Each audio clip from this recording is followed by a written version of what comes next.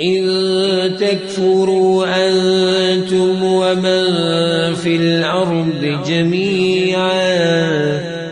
وورخا الله وی که تاسو او تاسو ټول چې کم په ځمکه کې ټول کفر وکئ، ټول نافرمانی وکئ، الله دې ایمانونو ته ضرورت نه لري. سوی فإن الله لغني حمید، الله بېزاره ستایلی شوی ذات دی.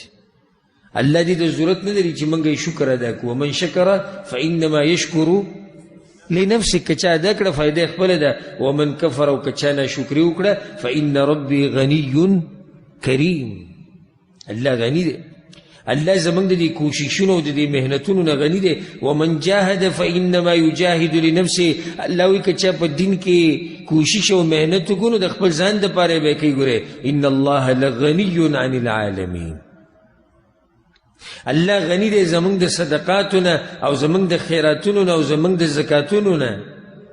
قول معروف ومغفرة خير من صدقة يتبعها أذى والله غني حليم. الله غني ذات ته چې دغه په لاسونو کې خزانې دي. الله غني ذات ته چې ضرورت نه لري خوراک او څښاک ته، بلکې ضرورت ورکوي خوراک ورکوي نورو ته.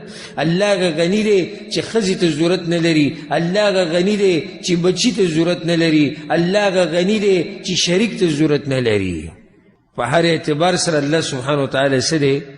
غني دی، هیڅ چا ته ضرورت نه لري. خو دا ټول ضرورت لري الله ته. د دې نوم فایده سره ووته چې کله تا ته دا پته ولګېده چې الله غني دی، نو بیا ته د دغه یو رب سره رابطه ساته. هغه چا ته ضرورت نه لري خو ته ورته ضرورت لري. په سنن ترمذي کې یو حدیث دی، زه درته اورم، ډېر ناشنا حدیث دی. الله وی ګوره، الله وی، حدیث قدسی دی، یا ابن آدم، اے د آدم بچیه، تفرغ لعبادتی، زما د دې عبادت لپاره ځان فارغه که. املأ صدرک غنا، الله وی دا سینه بدله د سخاوت نه ډکه کما، غني به دې کما. او اصل مالداري د زړه مالداري ده. ګوره مالداري دغه نه د پیسو د ریال او د ډالر ده، نه، د عزت ته اصل. واسد فقرک، والله وی غریبي به دله ختمه کم. که زما بندګۍ ته ځان فارغه کو، الله وی غریبي به دله ختمه کم. واورئ دا حدیث. وإلا تفعل، او که دې ونه کړه وی ملأت یدیک شغلا، دومره به دې مصروفه کم چې د مرګه پورې به په دې دنیا پسې منډې وهي او ناشنا به شي. ولم اسد فقرک، او الله وی خو غریبي به دې ختمه نشي. نهر به ګرځي عمر له کروڑپتی او لکپتی به خو غریب به، چې کله د الله عبادت ته ځان فارغه نه کو. نو تاسو هم په ځان کې د صفت راولئ. بل دا چې الله غني دی، چا ته ضرورت نه لري، نو تم د انسانانو په لاس کې چې څه دي د هغې نه ځان راکاږه، چې هر چا ته مه ګوره، هر شي ته مه پسخېږه.